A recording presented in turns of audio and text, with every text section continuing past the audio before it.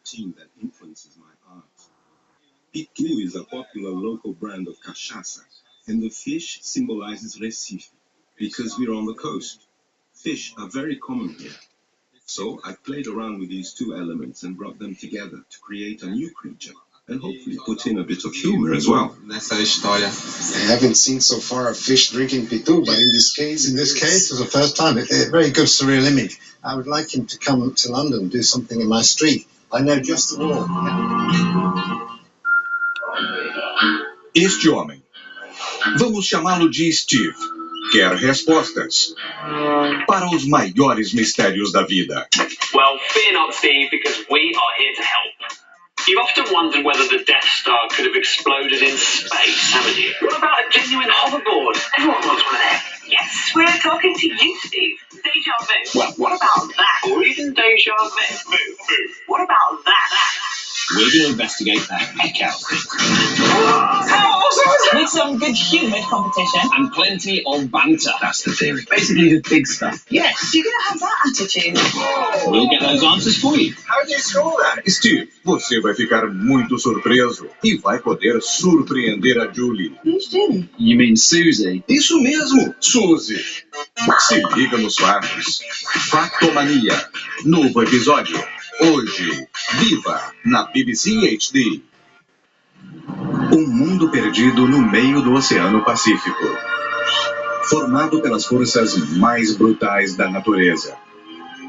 Um território pré-histórico e misterioso, que durante séculos influenciou profundamente a vida selvagem, dando origem às mais estranhas e exuberantes criaturas.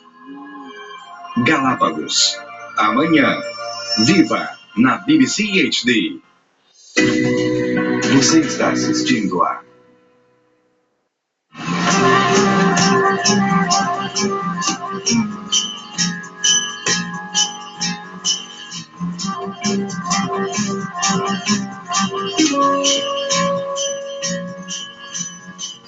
Across the bay is Olinda, founded in 1535, one of the oldest cities in Brazil. The streets have an intimate, old colonial feel. Nice way to end the day, Paolo. Hey, Michael, it was a great day. There's a place like this, a grocery shop where you can buy sort of nappies, cheese, and get a drink. Is this a sort of familiar kind of place in Brazil? Yes, this is a typical bodega where you can shop during the day, stuff for the house, food. But also, of course, Brazilians are heavy drinkers and they like beer. So at the end of the day, you come for a cachaça or a beer, just like in England. People go to a pub, the Brazilians go to a bodega. And then you can eat a sandwich with cheese or salami. They also sell CDs of the local bands and paintings. Yeah, great picture. As you can see, the bottle in Brazil is big. Yeah. So it has to carry lots of beer. Cheers. Shall we tell the camera to switch off? Yes. Probably. Good night. But Paolo has one more surprise for me. Another typical night on the streets of Brazil, music everywhere. But what's the music that we're going to hear tonight? Now, is this a particularly local thing? It is, Michael. It's a forró night with played with the rabeco, which is a kind of fiddle. And of course, we are in the end of our St. John season, where forró is the soundtrack. Yeah. I read somewhere that it was a mishearing of the English word for all, which the English railway people and the employers had sort of provided music for everyone to dance to. And it was called for all. Is that true or is that a myth? I think it's a myth. It comes from forró, which is a word that means party. Let's go to a forró, means let's go party, let's go dance, hear music, have drinks. So it's a short word for forró. The forró they dance here requires a loose, sinuous gyration of the hips, which I can only stand and admire.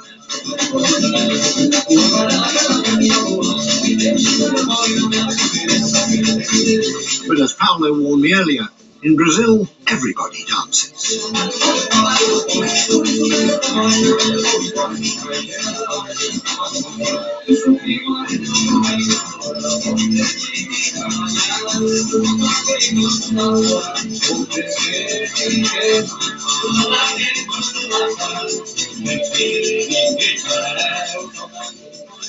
I'm leaving the high life of the cities behind for a while, for a glimpse of life in the interior.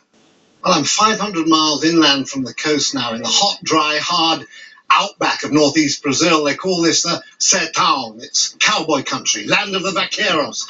And I'm here for an event called Pega de Boi, Catch the Bull. It says it all, really.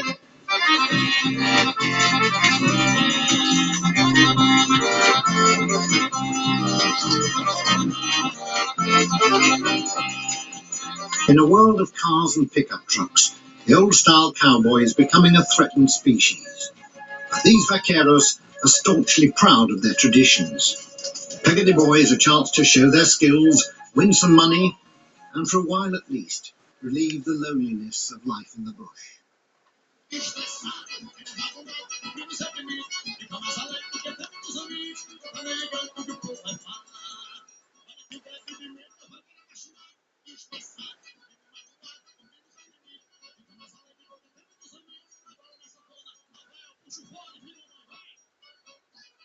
Families and friends do their best to create a party atmosphere.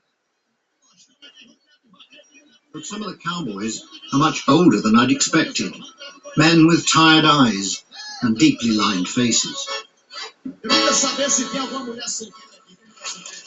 the time comes to chase the bull, they protect themselves from the viciously spiky scrub with the leather equivalent of a suit of armour.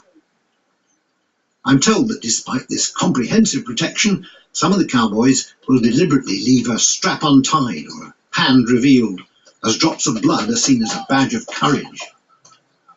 The man behind Pega de Boi is a whippet-thin 70-year-old called Julio. Of shrewd eye and seemingly insatiable energy, he's totally committed to the old way of life. Julio, were you born into a family of cowboys? I was born into a cowboy family, grew up a cowboy, and still am one. I'm proud to call myself a cowboy. It's a good profession. How dangerous is it? You seem to have got a on your head here. What happened there? Yes, it's dangerous. I got kicked in the head by a cow. I was nursing a wound she had and forgot to tie her legs up, and she kicked me.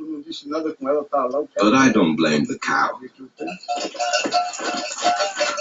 The vaqueros do have a political and social ally in the shape of Tiago Cancio, a local politician whose father gave up the life of a priest to become a cowboy. Tiago, what makes the vaqueros of the Sertão here special? Are they different from the rest of cowboys in Brazil? Olha, o vaqueiro é uma coisa, é única, é exclusivo aqui do The vaquero is unique to the Sertão. O vaqueiro, ele arrisca sua vida. They risk their lives to earn a crust. They ride headlong into the jungle to chase wild bulls and round up cattle. They're very courageous and fearless. Everyone's ready now for the climax of the day. With shouts of celebration, the 5 young bulls are released from their makeshift paddock.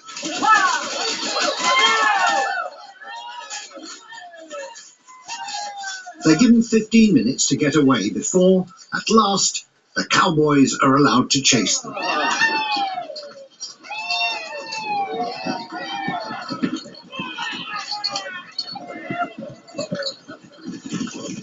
The lucky ones who catch the bulls can claim cash prizes.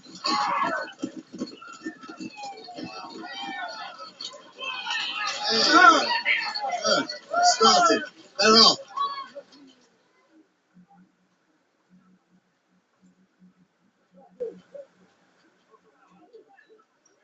Almost 45 minutes pass before a bull is spotted, captured, and led out of the scrub and down the hill. The prize is claimed by 2 of the youngest riders in the pack, which must be a good sign for the profession. Despite some outward appearances, perhaps there is a new generation of cowboys waiting in the wings.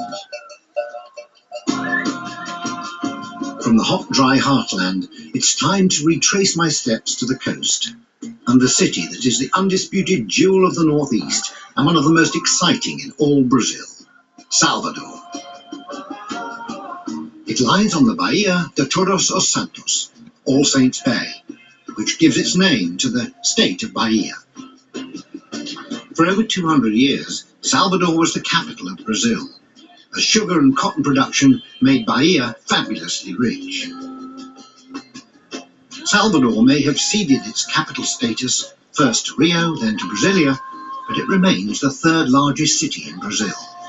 Of its population of nearly 3.5 million, 82% are of black descent, making Salvador the biggest African city outside Africa.